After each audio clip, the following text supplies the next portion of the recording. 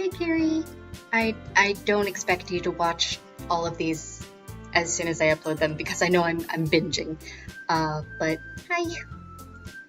Let's get back into it. In that case, you'll only be even more impressed. Perhaps I will. Yuri fetches the teapot and begins measuring the tea leaves.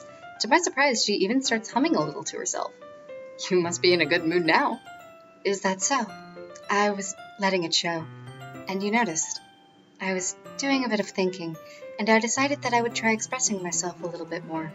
It turns out it's not very hard for me to do, when it's you who's around, anyway. Ah, that's great, Yuri. Just don't push yourself too much. You're always worrying about me, Gilbert. It's very endearing. Yuri wasn't kidding. I don't even know if I can keep up with this. I watch Yuri pour a cup of tea for each of us. Gilbert, I have another request. Do you mind if we sit on the floor today? Why's that? It's a little bit easier on my back. I can read with my back against the wall rather than bending over at my desk. Sorry, I didn't realize. No worries. I just have back pain fairly regularly, so I do my best to manage it. Is that so? I wonder why that is. It's 'cause of her big boobs. It's most likely because my... Your posture, right? Always hunched over like that while reading? Yes, I have terrible reading posture. So that's why we should sit on the floor. Fair enough. I'll go ahead and get the book. I retrieved the book from my bag.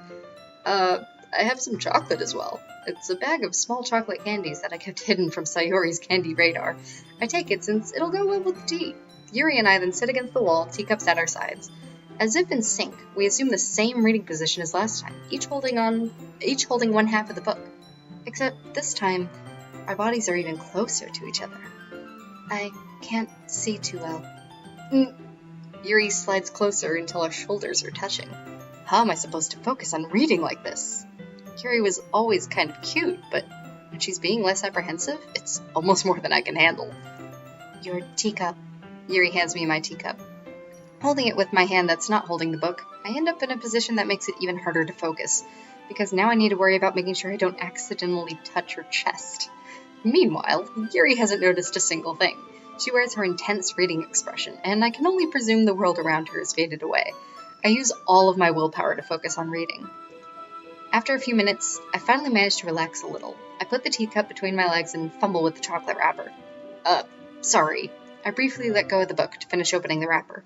You can have as much as you want. That's okay. I won't take any. Are you sure? Well, if I touch it, then it might get smudges on the pages. You're right. I didn't even think about that. My bad. No need to apologize. I'll hold the book open, okay? I'll hold the book, okay. Are you sure? Of course. Yuri opens the book with both hands. She holds it so that I don't have any harder of a time reading from it, but as a result, her left arm is practically resting on top of my leg. Well, in that case, Yuri is already totally focused on reading again. I take a chocolate candy and pop it into my mouth. Then I take another chocolate, and I hold it up to Yuri. She doesn't even look away from the book. She simply parts her lips as if this situation was completely natural. But that means I can't stop here. I apprehensively place the chocolate in her mouth. Just like that, Yuri closes her lips over it. Huh? Yuri's expression suddenly breaks. Did I just... Yuri looks at me like she needs to confirm what just happened. Gilbert, sorry. Sorry. I guess I shouldn't have done that.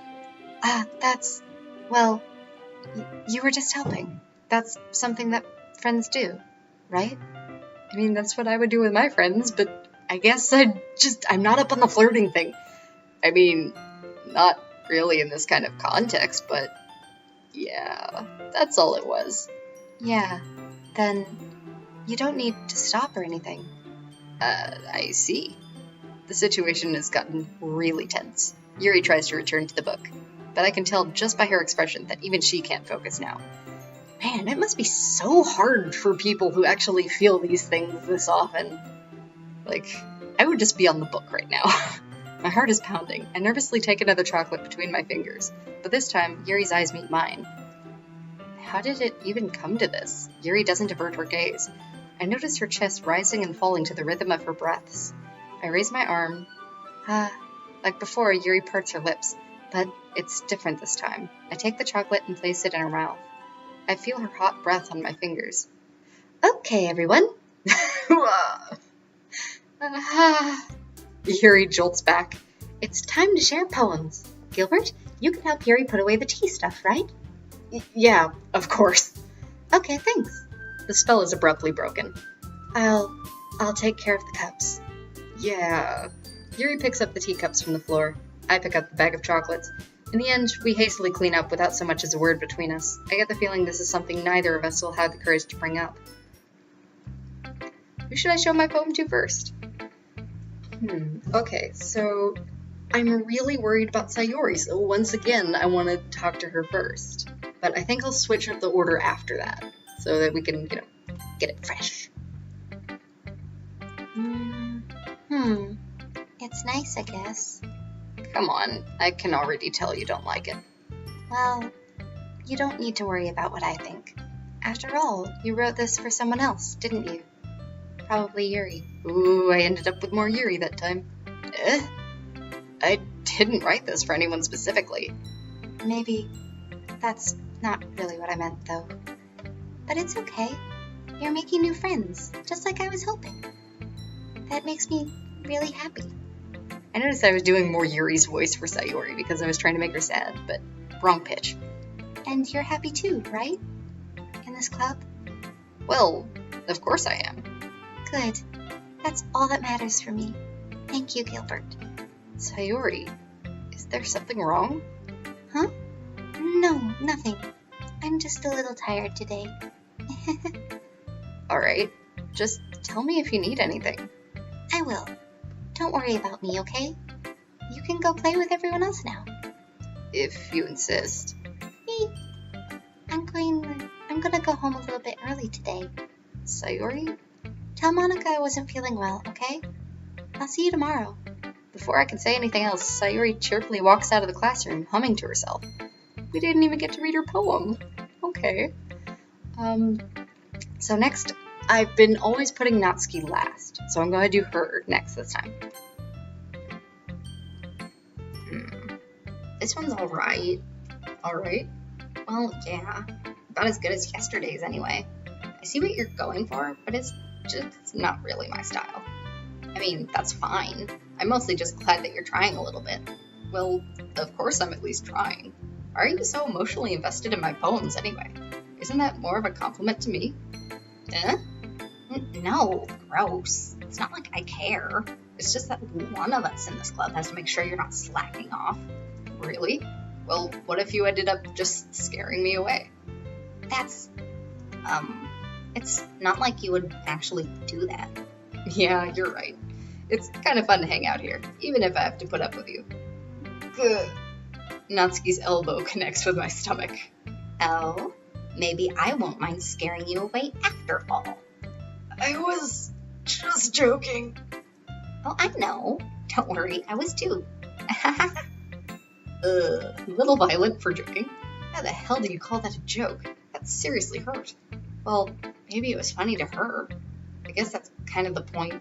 Yeah, she tends to like playing jokes on people for her own benefit. I should really just watch my mouth around Natsuki. Anyway, Natsuki holds out her poem to me like nothing even happened. I'll be your beach. Your mind is so full of troubles and fears that diminished your wonder over the years. But today, I have a special place, a beach for us to go. A shore reaching beyond your sight, a sea that sparkles with brilliant light. The walls in your mind will melt away before the sunny glow. I'll be the beach that washes your worries away. I'll be the beach that you daydream about each day.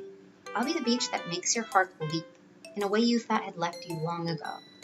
Let's bury your heavy thoughts in a pile of sand. Bathe in sunbeams and hold my hand. Wash your insecurities in the salty sea, and let me see you shine. Let's leave your memories in a footprint trail. Set you free in my windy sail. And remember the reasons you're wonderful when you press your lips to mine. I'll be the beach that washes your worries away. I'll be the beach that you dream about each day. Daydream. I'll be the beach that makes your heart leap in a way you thought had left you long ago. But if you let me by your side, your own beach, your own escape, you'll learn to love yourself again. Aw, this is really nice. And it's almost like a song because it kind of repeats this with like a chorus. And oh dear, I've passed 10 minutes. I hope this doesn't corrupt. Okay, we'll have to analyze that later. Save. Ding. Bye, Carrie.